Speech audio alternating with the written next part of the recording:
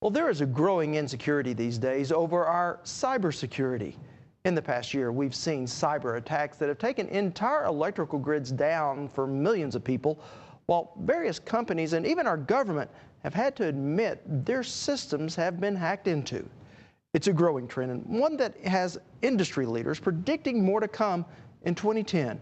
Our Video Michaels gives us a close-up look at the challenges and opportunities surrounding this 21st century problem. Croci is on the prowl. I can take an IP number of who's been attacking us, and I can see that our firewall's been dropping them, which means we're not letting the bad guy in. Armed with a keyboard, Career Tech's information security officer sees danger everywhere. I can use that IP number that I can see is trying to attack us, and I can do a search on it to actually find the country that it's coming from. And as you can see, all these attacks right here from that IP number are coming from China. His tools, experience, and a passion for finding the enemy. Two sets of hackers working on us right now. We have kind of one set that's after the money. They're trying to make money off it. They're trying to get your credit card number. They're trying to get your personal information. They're trying to make money off of it. Then we have a second set of hackers which are trying to get inside of your systems to insert some little, basically, Trojans that lay in wait that then they can basically activate later on to do something. Maybe that's to shut your systems down, to gain information, and then they can sell it or maybe use it against you.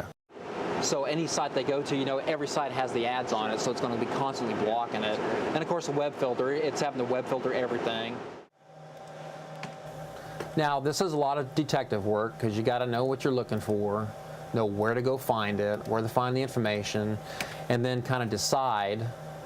Another one from China. In fact, cyber threats from overseas are a growing phenomenon that's caught the attention of the FBI. What we're seeing a lot of is computer intrusion attempts, especially from overseas.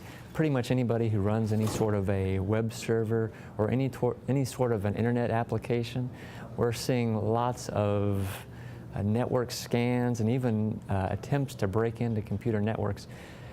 Some originating within the United States, but a whole lot of this stuff is coming from overseas.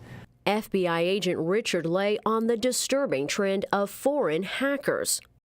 We've had some recent activity from Russia where there are folks that are taking advantage of folks' connection to the internet by trying to break into the computers of businesses, get their credentials, perhaps some financial credentials, and we are seeing those folks utilize businesses' credentials in order to transfer funds from the business's bank accounts to accounts overseas. And they're also looking for something else.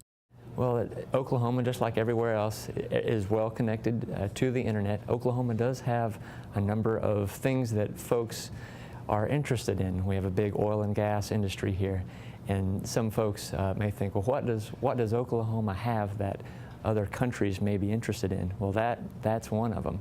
We have oil, we have gas.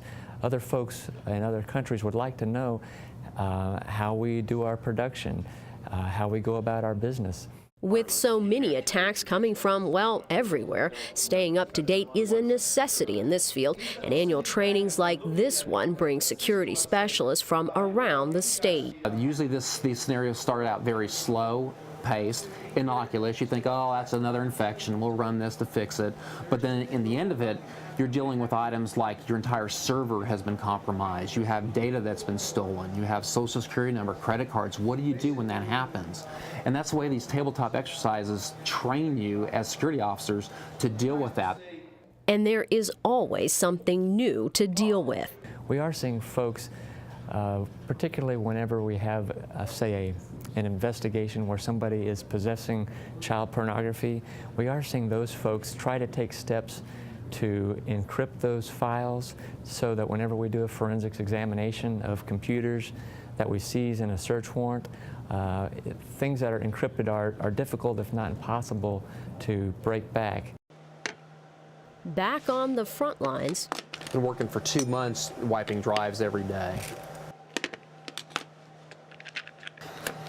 So basically, sometimes the hard drive, you can't shred it, you can't erase it. So what you got to do is you got to destroy it. And we take it upon ourselves to make sure they're all destroyed before they go out the door. Once I've rubbed my fingers over it, probably the electronic information's gone, but this is what we have to destroy, scratch out, melt, put holes through, and that's what, if the person gets a hold of it, they can get your information off of it. And that battle over information will continue on, but Corey says there is a bright spot. Our jobs is just always there. You know, security is always ongoing. It never stops, no matter if it's from a piece of paper on your desk, to a hard drive in your computer, to your laptop, to your PDA, to your Blackberries. You always have the security that's built into it that people need to adhere to